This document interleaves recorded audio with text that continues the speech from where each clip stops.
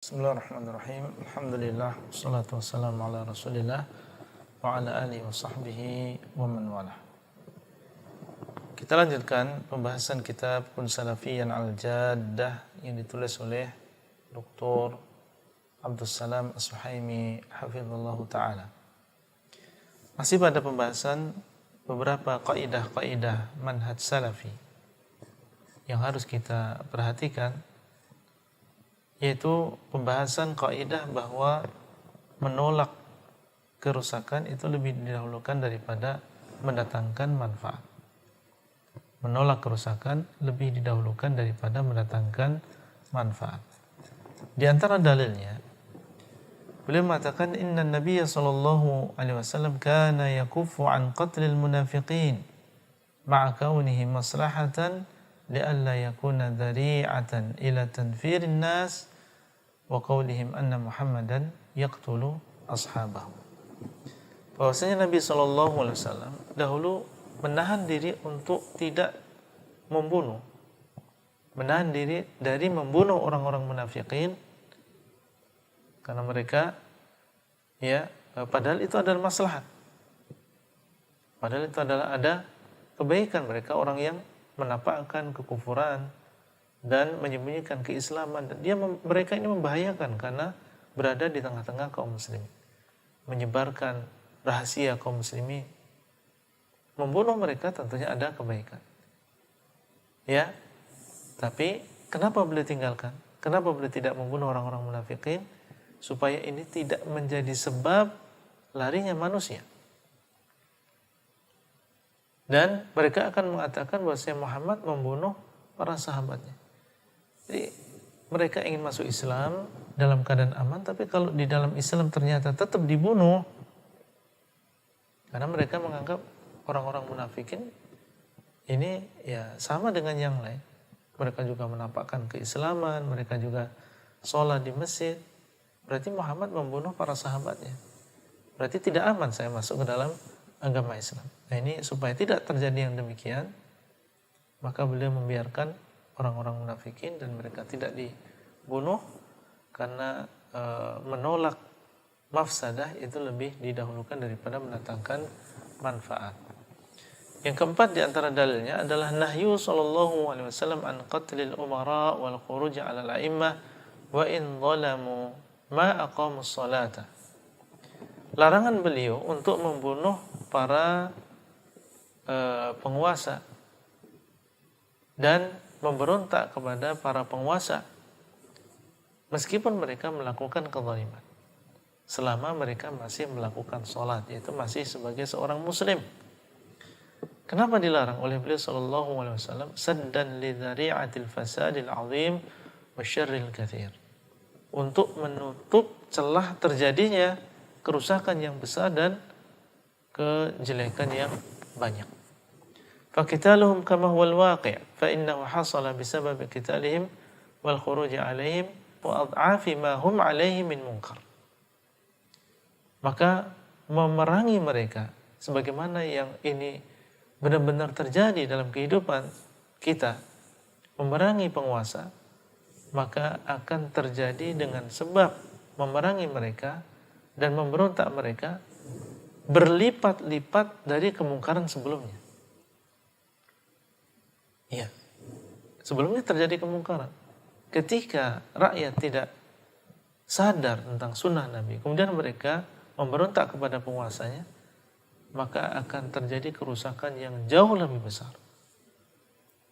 Kezaliman karena membunuh satu orang misalnya, tapi dengan sebab memberontak akhirnya terbunuh jutaan atau ribuan.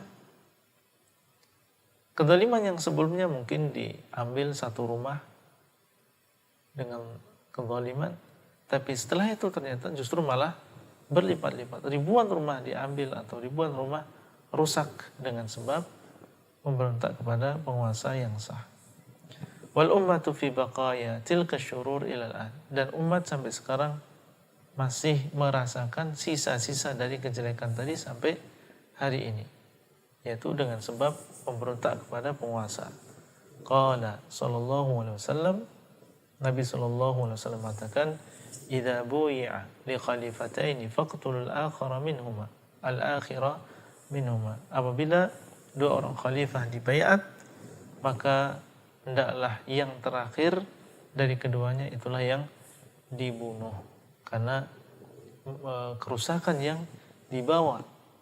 Saddan lidzari'atil fitnah, yang demikian adalah untuk menutup terjadinya fitnah yang lebih besar. Karena orang ini bikin fitnah, dia yang menyuruh manusia untuk mengikuti dia dan memberontak kepada penguasa yang sah, sehingga banyak jiwa yang terbunuh dengan sebab orang ini. Maka daripada ribuan orang terbunuh, lebih baik orang yang satu ini dibunuh, sehingga bersatu kalimat kaum muslimin. Intaha mulakhasan min kalam Syekhul Islam Ibnu Taimiyah. Itulah ringkasan dari ucapan Syekhul Islam Ibnu Taimiyah. Wa yaqulu Syekhul Islam ba'da ma dzakara jumlatan min al-furu' al-mundarijah tahta qa'idat dar'ul mafasid aula min jalbil masalih. Berkata Syekhul Islam setelah beliau menyebutkan beberapa contoh cabang yang masuk dalam kaidah menolak kerusakan itu didahulukan daripada mendatangkan manfaat, maslahat. Wa annahu idza ta'aradat al-masalih wal mafasid qaddima al-arjahu minhuma 'ala al-marjuh. Dan bahwasanya apabila saling bertentangan antara maslahat dengan kerusakan, didahulukan mana yang lebih kuat di antara keduanya di atas yang tidak kuat. Qala rahimahullah, wa minha anna min usuli ahli sunnah wal jamaah luzuma al-jamaah wa tarka qitalil a'immah ay a'immatil jur. Dan di antaranya bahwasanya termasuk prinsip dasar ahli sunnah wal jamaah adalah mereka melazimi al-jamaah, yaitu jamaahnya kaum muslimin, dan meninggalkan untuk memerangi penguasa. Mereka adalah penguasa yang zalim. Wa tarka al-qital fil fitnah wa jima'u dhalik dakhilun fil qa'idatil 'ammah fima idza ta'aradat al-masalih wal mafasid wal hasanat was sayyi'at. Dan juga meninggalkan peperangan di dalam fitnah. Dan yang mengumpulkan itu semuanya itu masuk di dalam kaidah. Ya, kenapa kita dilarang untuk memerangi penguasa yang zalim? Karena itu masuk dalam kaidah yang umum apabila terjadi pertentangan antara maslahat dan juga kerusakan, dan kebaikan dan juga kejelekan. Au tazahamat, atau mereka saling kalau tadi idza ta'aradat itu saling bertentangan. Au tazahamat, yaitu saling berdesak-desakan. Ya, tidak mungkin bisa dilakukan semuanya, harus dihilangkan salah satunya. Fa innahu yajibu tarjihur rajih minhuma fima idza izdahamat al-masalih wal mafasid wa ta'aradat al-masalih wal mafasid. Maka dalam keadaan demikian wajib untuk mendahulukan yang kuat di antara keduanya ketika saling berdesak-desakan antara kemaslahatan dan juga kerusakan, dan saling bertentangan antara kemaslahatan dengan kerusakan. Fa innal amra wan nahya wa in kana mutadamminan li tahsili maslahatin wa daf'i mafsadatin fayunzar fil mu'arid lahu fa in kana ma yafutu min al masalih aw yahsulu min al mafasid aktsaru lam yakun ma'muran bihi. Meskipun ya perintah dan larangan itu asalnya itu mengandung, ya isinya adalah untuk mendatangkan manfaat dan untuk menolak mafsadah. Tapi dilihat apa yang bertentangan dengan itu. Kalau memang apa yang hilang berupa maslahat atau apa yang terjadi berupa kerusakan itu lebih banyak, maka dia tidak jadi diperintahkan. Kalau memang di sana ada yang mu'aridnya, ada yang menentangnya, dan ketika dilihat apa yang hilang berupa maslahat atau yang terjadi berupa kerusakan itu lebih banyak, maka tidak diperintahkan. Bal yakunu muharraman idza kanat mafsadatuhu aktsara min maslahati Bahkan bisa menjadi haram kalau memang kerusakannya lebih banyak daripada maslahatnya. Lakin i'tibaru maqadiril masalih wal mafasid huwa bimizan asy-syari'ah wa 'ala hadha idza kana syakhsu aw ta'ifah jami'ina baina ma'rufin wa munkarin bihaitsu la yufarriquna bainahuma bal imma yaf'aluhuma jami'an aw yatrukuhuma jami'an lam yajuz ay yu'maru bima'rufin wala ayyunhau an munkarin. Kemudian kembali beliau menyebutkan akan tetapi untuk mengukur masalah dan juga mafsadah, masalah dan juga kerusakan ini harus dengan timbangan syariat. Ya, bukan dengan hawa nafsu. Harus dengan timbangan syariat. Berarti yang menentukan masalah dan juga mafsadah ini seorang yang berilmu. Ya. Dan oleh karena itu, apabila seseorang atau sebuah kelompok dia mengumpulkan antara sebuah kebaikan dan juga kemungkaran dan tidak membedakan antara keduanya. Ya, di sana ada kebaikan dan juga kemungkaran dan tidak membedakan antara keduanya, tidak bisa memisahkan antara keduanya maksudnya. Imma ayyaf'aluhuma jami'an. Pilihan yang pertama, dia lakukan itu semuanya. Atau dia tinggalkan semuanya. Pilihan yang kedua, dia tinggalkan semuanya. Maka dalam keadaan demikian, dia tidak diperintahkan ya untuk melakukan kebaikan tadi. Dan tidak dilarang untuk dari kemungkaran tadi.